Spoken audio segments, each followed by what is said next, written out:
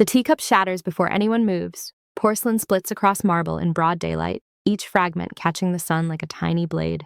The sound is sharp, final, and no one dares to pick up the pieces. Madame Han sits frozen on the veranda, her hands still suspended in the air where the cup used to be. Her lips move. Once, twice. Not speech. Just breath shaped into syllables she hasn't spoken in decades. Behind her, the maid stands perfectly still. Her name is Naomi, black skin glowing in the midday heat, long braids tied back with surgical precision. She wears the same pale uniform as every other worker on the estate, but something about her posture is different, not submissive, not defiant either, just aware. She just said a name, one name, soft, almost inaudible, spoken in flawless Korean with an accent that doesn't belong to this world of gates and guards and blood-soaked money. And everything stopped. Jinwoo, Madame Han's son, leans forward in his chair, his jaw tightens. Tattoos crawl up his forearms like ink-black vines, disappearing under rolled sleeves. He's built like a man who doesn't ask twice. His eyes shift from his mother to the maid and back again. "Mother," he says quietly. "What did she just say?" Madame Han doesn't answer. Her chest rises and falls too quickly. Her fingers tremble against the armrest, the kind of tremor that comes from fear, not age. Jinwoo repeats himself, slower this time. "Mother, what name did she say?" Still nothing. The silence stretches. The estate around them hums with life, distant voices, the hiss of sprinklers on perfect grass, the low growl of luxury cars beyond the gates. But here, on this sunlit veranda, the air feels vacuum-sealed. Naomi's eyes don't leave the floor. She doesn't apologize, doesn't explain, doesn't move. And that's when you realize she knew exactly what would happen when she spoke. 3 days earlier, Naomi had been invisible. She moved through the estate like water through cracks, quiet, efficient, forgettable. She cleaned rooms that hadn't been touched in years. She arranged flowers no one looked at. She served tea to people who never said her name, but she watched, always watching. The guards rotated shifts at 6 a.m. and 10 p.m. The kitchen staff whispered about Jinwoo's temper. The groundskeeper drank too much and talked about the old days when Madame Han's husband was still alive. When the family name meant more than money, when it meant fear. Naomi absorbed it all. She had been hired 6 months ago through a placement agency that specialized in discreet staff, no questions, no background checks that went too deep, just a work visa, a contract, and a room in the servants' quarter that smelled like bleach and old wood. No one asked why an African woman spoke Korean. No one asked why she never smiled. No one asked why, sometimes, when she passed the family portraits in the main hallway, she slowed down, just for a second, her fingers hovering near the frames, like she wanted to touch them but knew she shouldn't. There was one photo in particular, a small boy, maybe 4 years old, round face, wide eyes, dressed in traditional hanbok, standing between his parents at some formal event. The photo was older than the others, faded at the edges, tucked behind newer, shinier frames of Jinwoo at various ages, shaking hands with politicians, standing beside his father's grave, holding a ceremonial blade at his first initiation. But that small boy in the back, he didn't look like Jinwoo. Naomi had paused in front of that photo one morning while dusting. The hallway was empty. Sunlight streamed through tall windows, painting everything in gold. She reached out. Her fingertips barely grazed the frame, and then she pulled back, fast, like the glass had burned her. She stood there for a long moment, breathing through her nose, fists clenched at her sides. Then she picked up her cleaning cloth and moved on. No one saw, but she felt it. The weight of knowing something you were never supposed to know. Jinwoo didn't notice her at first. He was busy, always busy, running shipments, managing alliances, keeping the family's empire from crumbling under the weight of new rivals and old grudges. He walked through the estate like a king, inspecting his kingdom, chin up, shoulders back, eyes sharp enough to catch disloyalty from across a room. He had his father's build, his father's reputation, and according to the whispers, his father's cruelty. One afternoon, Naomi was clearing lunch dishes from the outdoor table when Jinwoo walked past with 2 of his men. One of them had made a mistake, something minor, a missed delivery, a wrong address. Jinwoo stopped, turned, smiled. Then he grabbed the man by the throat and slammed him against the stone wall so hard the impact echoed across the courtyard. "Do I look like someone who tolerates mistakes?" Jinwoo asked, voice calm as, Sunday morning, the man choked, gasped, tried to nod. Jinwoo held him there for 5 more seconds, then let go, laughed once, patted the man's cheek, walked away. Naomi's hands froze on the tray. Her jaw tightened. She looked away, kept moving, said nothing, but her breath came shallow. Because she'd seen that smile before, not on Jinwoo, on someone else, someone younger, someone who used to laugh like that when he thought no one was listening. Back on the veranda, Madame Han finally speaks. Her voice is barely a whisper. "Leave us." Jinwoo doesn't move. "Mother, leave us." Her tone cuts like a blade hidden in silk. Jinwoo hesitates. His instinct is to protect, to control, to never leave his mother alone with a threat. And right now, this maid, this quiet, unassuming woman, feels like the biggest threat in the room.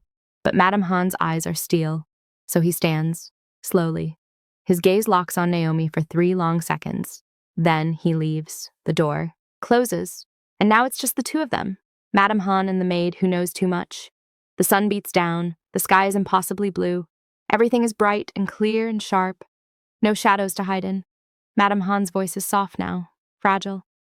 "How do you know that name?" Naomi finally lifts her eyes, and for the first time she smiles. Not cruel, not triumphant, sad. "Because you trusted me with it once." Before we continue, pause for just a second. Do me a favor. Hit that like and subscribe button right now. It helps more people find stories like this. Also, tell us in the comments, where are you watching from? Now let's continue. Madame Han's face drains of color. Not slowly, all at once.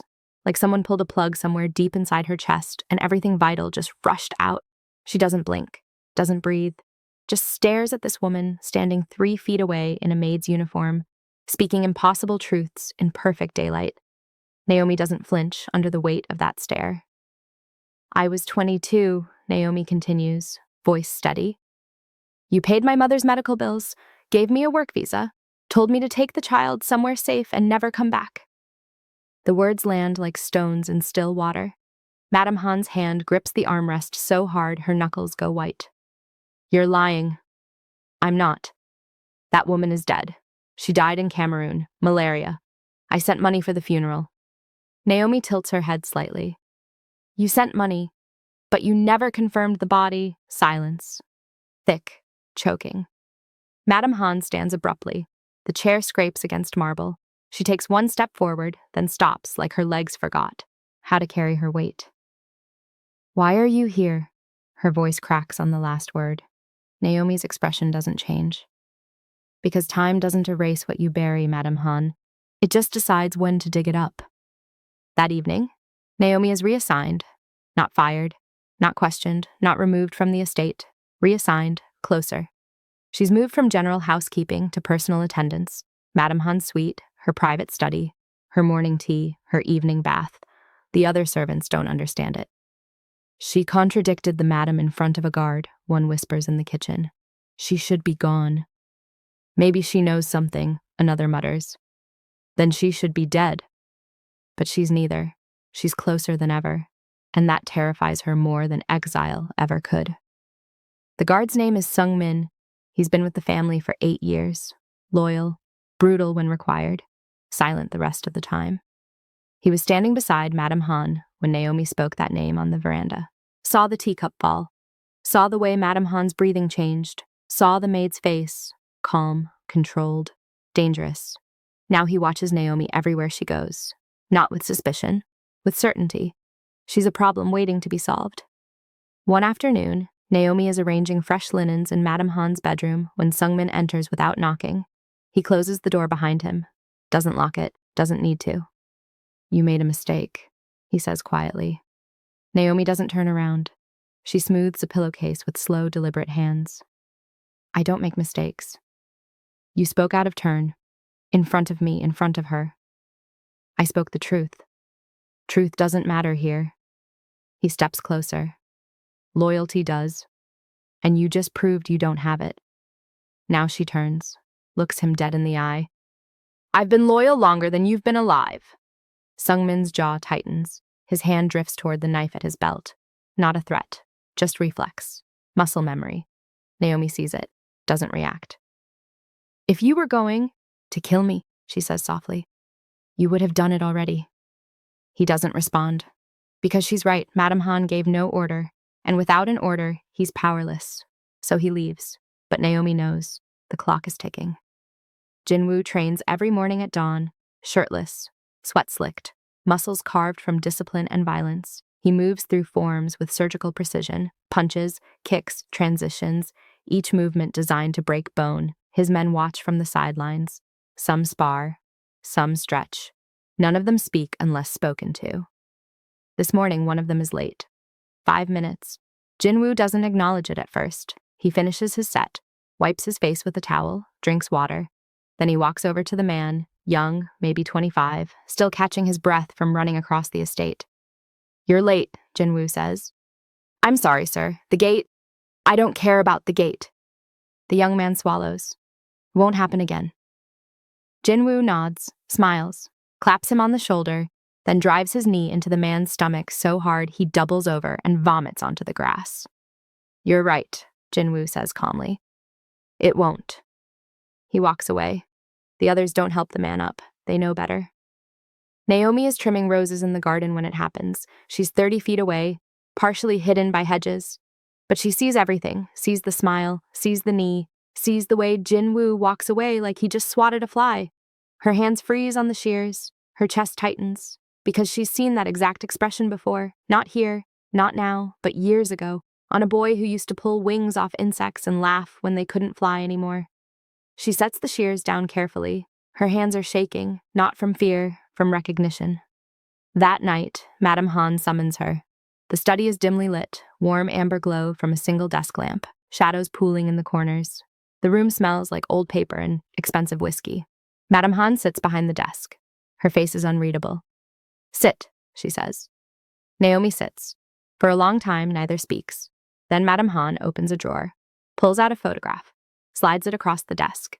It's the same photo from the hallway, the small boy in the hanbok. "Do you remember him?" Madame Han asks. Naomi's throat tightens. "Yes." "His name was Tae-young." "I know."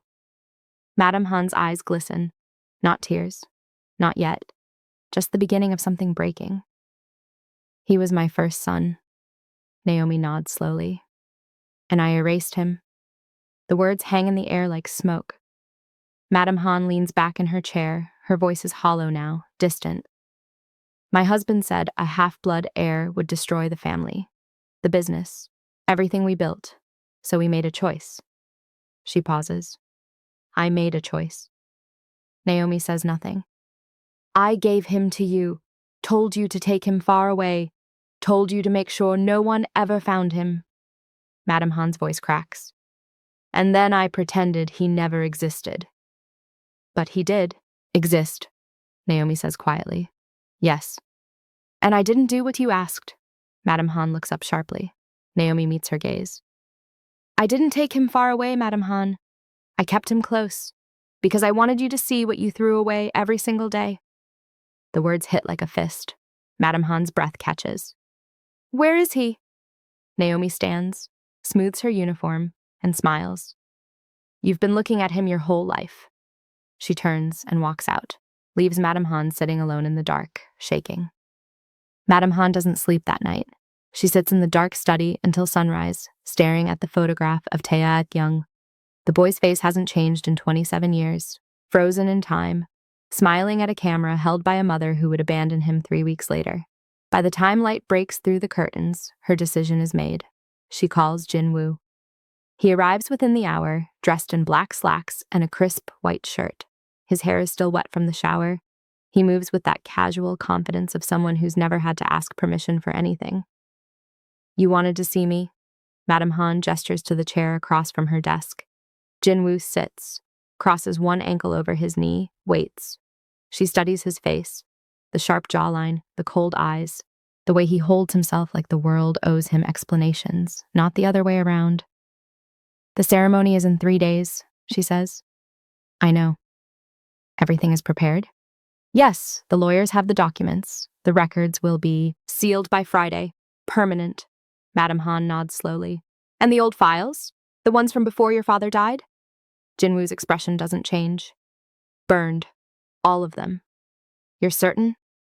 Mother, I watched them turn to ash myself. He leans forward slightly. By the end of the week, I'll be the only heir on record. No loose ends, no complications. No one will ever question the legitimacy of this family again. She wants to believe him. God, she wants to believe him. But Naomi's words keep echoing in her skull. You've been looking at him your whole life. Good, Madame Han says finally. Make sure it stays that way. Jinwoo stands, buttons his collar. Is that all? Yes. He pauses at the door.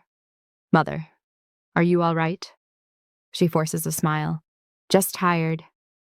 He accepts that, leaves, and Madame Han is alone again, drowning in silence. Naomi spends the morning in the laundry room, ironing shirts with mechanical precision. Steam hisses, fabric smooths, the rhythm is meditative, numbing. One of the older housekeepers, a woman named Jisoo who's been with the family for 15 years, approaches her cautiously. You should be careful, Jisoo whispers. Naomi doesn't look up. Of what? The madam. She's been asking questions about you. Where you came from, who recommended you. Let her ask. Jisoo glances toward the door, nervous. People who ask too many questions here don't last long, and people who make the madam uncomfortable. She trails off. Naomi sets the iron down, turns to face her. I'm not uncomfortable, Jisoo. She is. The older woman blinks. What does that mean? It means the truth was always going to come out. I'm just the one holding the door open. Jisoo shakes her head and walks away, muttering prayers under her breath. Naomi goes back to ironing, but her hands aren't steady anymore. That afternoon, Jinwoo holds a meeting in the estate's private conference room. 8 men around a table, all of them older than him, all of them dangerous in their own right. Enforcers, advisors, the kind of people who make problems disappear. The topic, final preparations for the ceremony. Jinwoo stands at the head of the table, arms crossed, listening as his lead attorney walks through the legal framework. Once the documents are filed, the attorney explains, all previous claims to inheritance will be null. Legally, you become the sole recognized heir. Any dispute would require evidence that no longer exists. And the international records? Jinwoo asks. Sealed. We've coordinated with contacts in 6 countries. Birth certificates, visa applications, hospital records. Anything that could contradict the official narrative is either destroyed or locked behind classifications that would take decades to penetrate. One of the enforcers speaks up. What about people? Anyone still alive who might talk? The attorney adjusts his glasses. We've identified 4 potential risks. 2 have been incentivized to remain silent. The other 2 are being monitored. Jinwoo's eyes narrow. Monitored or handled?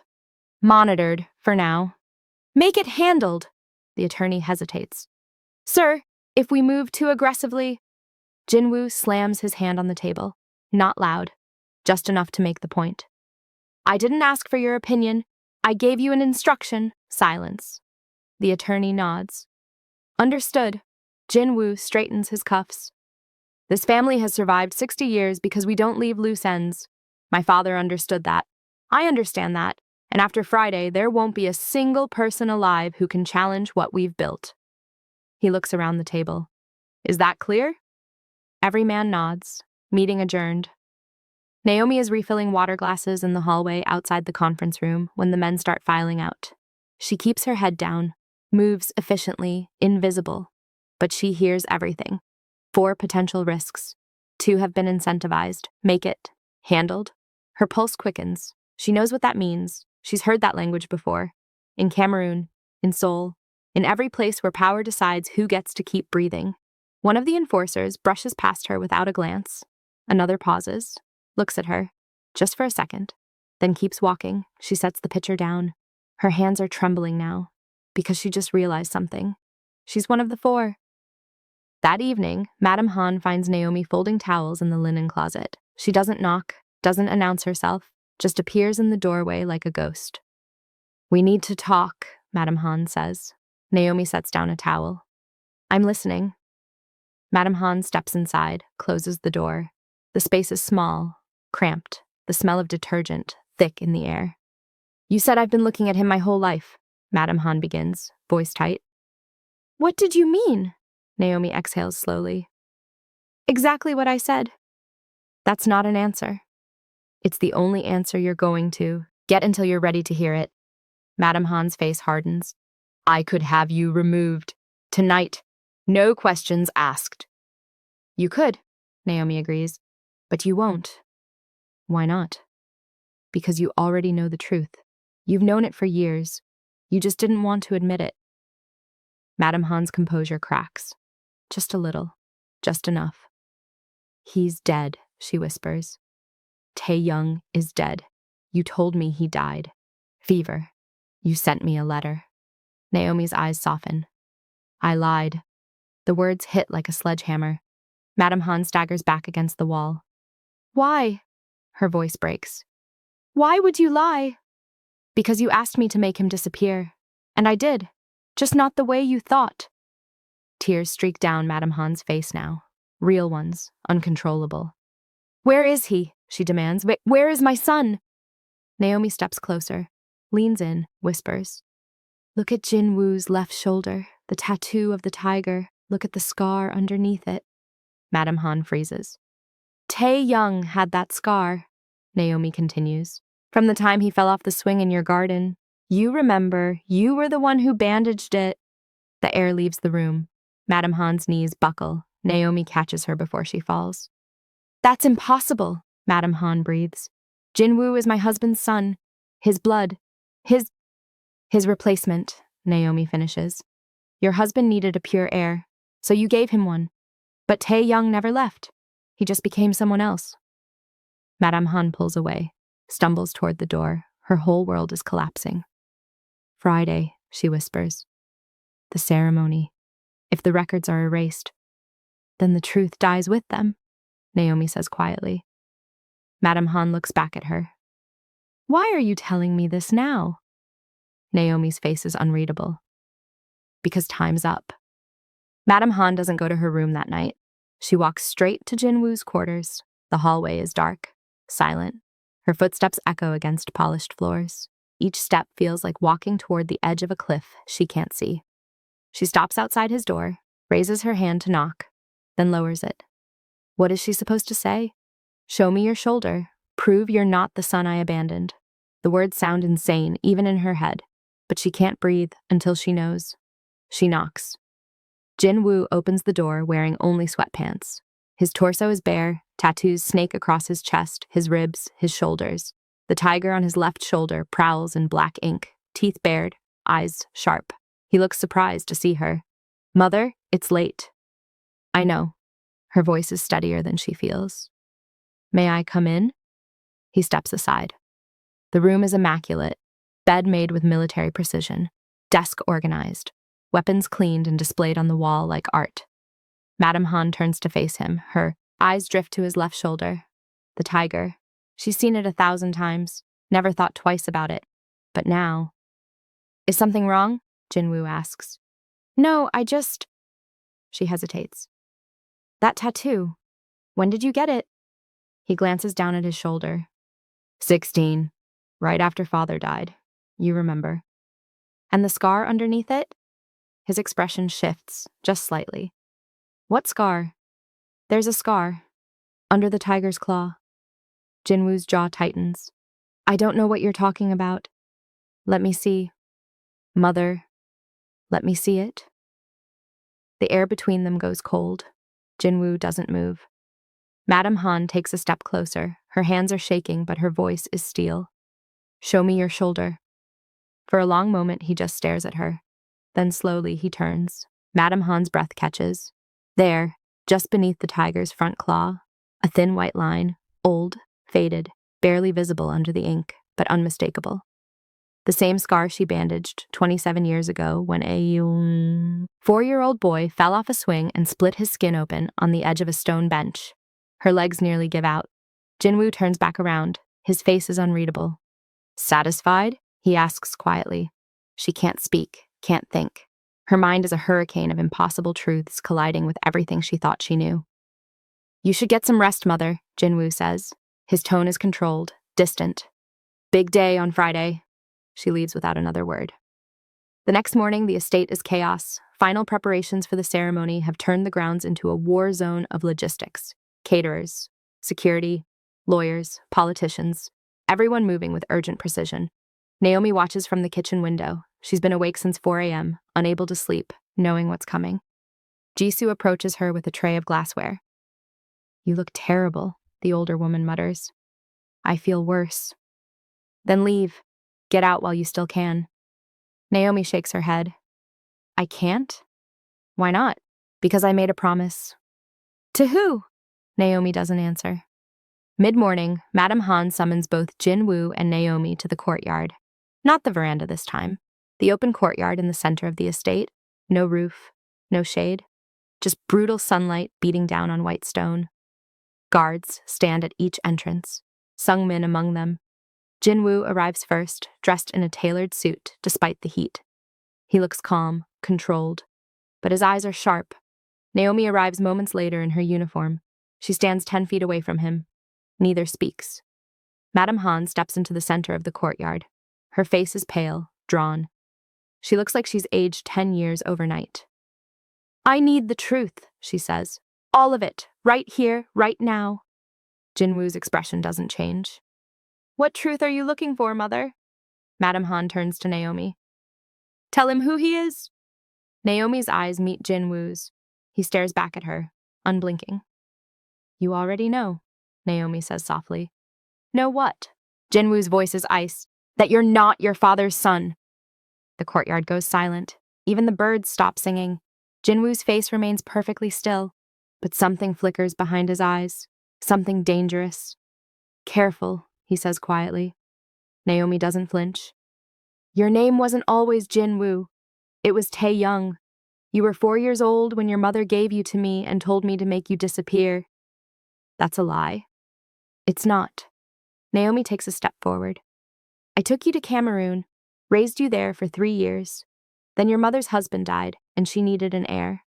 A legitimate one, so she brought you back, changed your name, changed your paperwork, and fed you a story about being born in Seoul to a father who never knew you existed." Jin-woo's hands curl into fists. "You're insane." "The scar on your shoulder says otherwise." His breath quickens. Madame Han steps between them. "It's true," she whispers. "All of it." Jin-woo's eyes snap to her. "What?" "You were my first son. Your father was a man I loved before I was forced into this family. When I got pregnant, my husband said the child would ruin everything, so Her voice breaks. "I gave you away." Jin-woo staggers back like he's been shot. "No." "But I couldn't let you go completely," Madame Han continues, tears streaming now. "So when my husband died, I brought you back. I erased Tae-young, created Jin-woo, and I convinced myself it was the same as saving you." Jin-woo shakes his head, over and over. "No, no, you're lying, both of you." "I'm not," Madame Han says. "And the ceremony on Friday? It's not just about making you the heir. It's about erasing the last proof that Tae-young ever existed." The words land like bullets. Jin-woo's breathing turns ragged. His whole life, his identity, his purpose, all built on a lie. He looks at Naomi. Why tell me this now?" Her voice is soft, sad. "Because you were about to erase yourself, and I couldn't let that happen."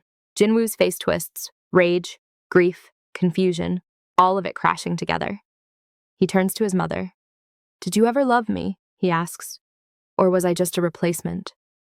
Madame Han opens her mouth, but no sound comes out.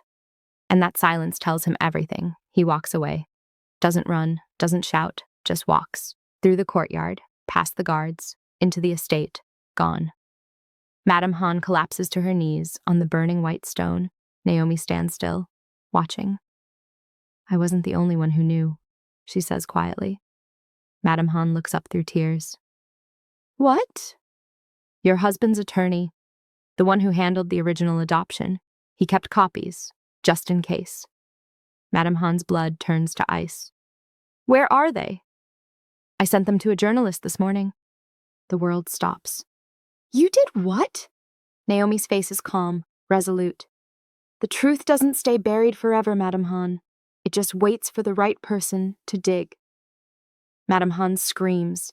But Naomi is already walking away across the courtyard into the sunlight, free. By evening, the journalist has published. Not a full exposé, not yet, just a teaser. 3 paragraphs on a mid-tier news site. Vague, suggestive, enough to ask questions without providing answers. Sources close to the prominent Han family suggest discrepancies in official lineage records. Documents obtained by this publication indicate potential irregularities dating back nearly 3 decades. Further investigation ongoing. It's nothing, and it's everything. Within 2 hours, the article has been shared 4,000 times. Within 4, it's trending. By midnight, 3 major outlets are making calls. Jin-woo sits alone in his father's old office. The room hasn't been touched since the funeral. Everything remains exactly as it was. The desk, the chair, the smell of cigars, and old leather. He's holding a glass of whiskey he hasn't drunk. His phone vibrates constantly. Messages from advisors, lawyers, enforcers asking for instructions. He ignores them all. Instead, he's staring at a framed photograph on the desk. His father, stern-faced, unsmiling, standing beside a younger Madame Han at some formal event. Jin-woo has looked at this photo 1,000 times, but now he sees it differently. His father isn't looking at the camera, he's looking at Madame Han, and the expression on his face isn't pride, it's possession. Jin-woo sets the glass down carefully. His hands are steady now. The rage from earlier has burned itself out, leaving only cold clarity. He picks up his phone, dials. "Cancel the ceremony," he says when the lawyer answers. Silence on the other end. "Sir, we can't just cancel it. All of it. The records stay as they are. But the discrepancies, let them exist." Another pause. "Sir, if the press starts digging, then let them dig." Jin-woo's voice is flat, final. "I'm done erasing things that actually happened." He hangs up, sits back in the chair. And for the first time in his life, he doesn't know who he is, but somehow that feels more honest than anything he's ever known. Madame Han doesn't leave her room for 3 days. Meals are brought, left outside the door, taken away untouched. Jisoo tries to check on her, gets no response. Sung-min stands guard outside, expressionless, following orders that no longer make sense. On the 3rd evening, Madame Han finally emerges. She's wearing a simple dress, no makeup, hair loose. She looks smaller than before, fragile. She walks through the estate slowly, like she's seeing it for the first time, or the last. She passes the portraits in the hallway, stops at the photograph of Tae Young in the hanbok. This time she takes it off the wall, holds it in both hands, traces the boy's face with her thumb. "I'm sorry," she whispers. The portrait doesn't answer. She carries it with her to the veranda, sits in the same chair where the teacup shattered. The sun is setting, sky bleeding orange and pink, the air cooling. She sets the photograph on the table in front of her, and she finally lets herself remember. Not the version she's told herself for decades. The real version, the way Tae Young used to laugh, the way he held her hand, the way he cried the day she told him he was going on a trip and wouldn't see her for a while, the way she turned her back and walked away. The tears come hard now, ugly, uncontrollable. She doesn't try to stop them. Naomi is already gone. She left the estate 2 hours after the confrontation in the courtyard. No goodbyes, no forwarding address, just a packed bag and a taxi waiting at the gate. Jisoo watched her go from the kitchen window. "Where do you think she'll go?" one of the younger maids asked. Jisoo shrugged. "Somewhere they can't reach her." "You think they'll try?" Jisoo didn't answer. But later that evening, Sung-min asked the same question. He stood in Madame Han's study, waiting for an order that never came. "Should we find her?" asked quietly. Madame Han stared out the window. "No. Ma'am, she did what I should have done 27 years ago." Madame Han's voice was hollow, empty. "Let her go." Sung-min hesitated, then nodded, left, and Naomi became a ghost. 3 weeks later, Jin-woo sits across from a therapist in a nondescript office in downtown Seoul. The woman is in her 50s, calm, professional. She doesn't recognize him, doesn't know his family, doesn't care about his money. "Tell me why you're here," she says. Jin-woo exhales slowly. "I just found out my entire life is a lie." She nods. "That must be difficult." He almost laughs. "That's one word for it." "Do you want to talk about it?" He looks at her, really looks, and for the first time in his life, he says the words out loud. My name is Tae-young, and I don't know who I'm supposed to be anymore. The therapist picks up her pen. Then maybe we start there. The article expands, slowly, carefully, more. Sources come forward, documents surface, timelines get filled in. The Han family's carefully constructed legacy begins to crack. Not collapse. Not yet, but crack. Enough that people start asking questions, enough that the truth becomes unavoidable. And somewhere in a quiet apartment in a city no one would think to look, Naomi watches the news on her laptop. She doesn't smile, doesn't celebrate, just closes the screen, pours herself tea, and looks out the window at the street below. People moving, living, existing in their own stories. She thinks about Tae-young, wonders if he'll ever forgive her for what she did, wonders if she'll ever forgive herself. But mostly she just breathes, because for the first time in 27 years, the weight is gone, the secret is out, and time is finally moving forward instead of circling the same buried grave. Back at the estate, Madame Han stands on the balcony overlooking the grounds. The ceremony would have been tomorrow. Instead, the estate is quiet, empty. Most of the staff have left. The lawyers stopped calling. The politicians moved on to safer alliances. She's alone now, truly alone. But somewhere in that loneliness, there's clarity. She picks up her phone, scrolls through contacts until she finds a number she hasn't called in 15 years. Her finger hovers over it, then presses. It rings twice. A man answers. His voice is older, tired. Hello? Madame Han's voice shakes. It's me, silence. I thought you were dead, he says finally. I was. She closes her eyes. But I'm trying not to be anymore. Another long pause. Why are you calling? Because I need to tell you about your son. The line goes quiet, and somewhere in that silence, something broken begins to heal. The truth doesn't explode, it spreads, like water through cracks in concrete, slow, inevitable, unstoppable, and in its wake, nothing remains the same. Some secrets survive because people protect them. Others survive because people forget.